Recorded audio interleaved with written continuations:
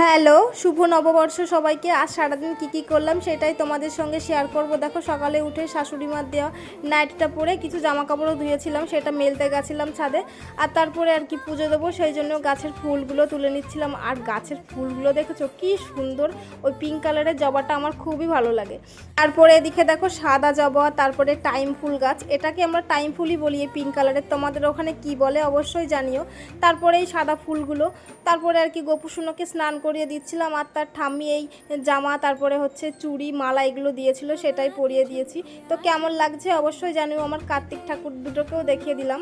তারপরে এদিকে বর্মশার আমি যাব একটু পুজো দিতে, সেই জন্যই রেডি হয়ে গেছি।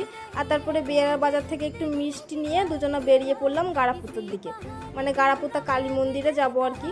তো ওখানে গিয়ে দেখি পুজো হচ্ছিল, সেই জন্যই বসেছিলাম। তারপরে দেখো আমরা পুজো দিতে বসে গেছি, আর মাকে দেখো কি সুন্দর লাগছে। তো পরে আবার কি করলাম সেটা নেক্সট পার্টে দেখাবো। টাটা।